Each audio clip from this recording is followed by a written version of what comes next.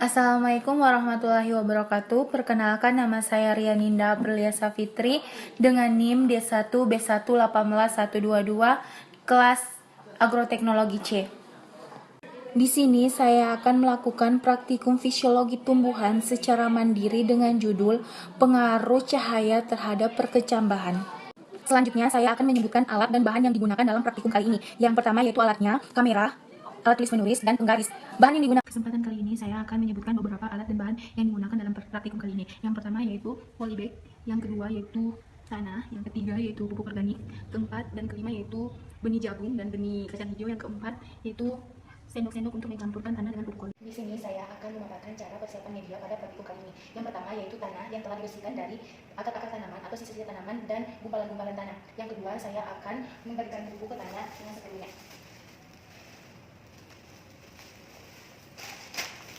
Yang ketiga yaitu saya akan mencampurkan tanah dengan pupuk.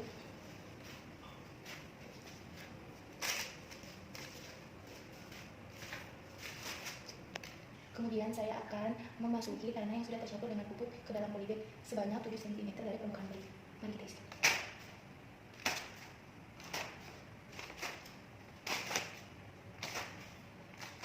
Di sini saya akan menanam benih kacang hijau sama jagung.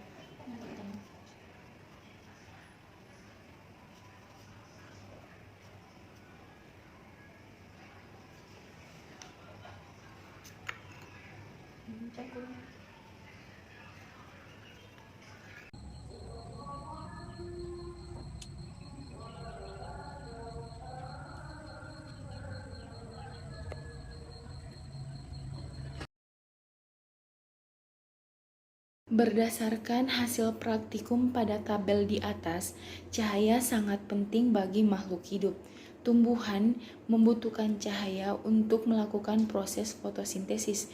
Tumbuhan yang terkena cahaya matahari lebih pendek dibandingkan yang tidak terkena cahaya matahari. Daun tanaman yang tidak terkena matahari mendominan berwarna kuning atau pucat, sedangkan yang terkena cahaya matahari yaitu berwarna hijau. Perbedaan warna daun disebabkan oleh pencahayaan dan proses fotosintesis menghasilkan klorofil. Cahaya berpengaruh terhadap perkecambahan. Apabila perkecambahan terkena sinar matahari, proses pertumbuhannya itu relatif cepat karena hormon auksin dan gibberellinnya itu tidak aktif. Hasilnya, batang menjadi panjang, daun agak kuning, dan batangnya kurang kuat, berbeda dengan tanpa cahaya. Perkembangan tanpa cahaya memang lumayan lama pertumbuhannya, tetapi hormon auksin dan gibberellinnya aktif, sehingga saat memulai perkecambahan, batang menjadi besar kuat dan daunnya berwarna hijau. Hasil pengamatan di atas dapat diketahui bahwa sinar matahari sangatlah penting dibutuhkan dalam berlangsungnya persemaian. Untuk biji dalam reaksi daun dan batang tumbuh dengan subur karena biasa melakukan fotosintesis.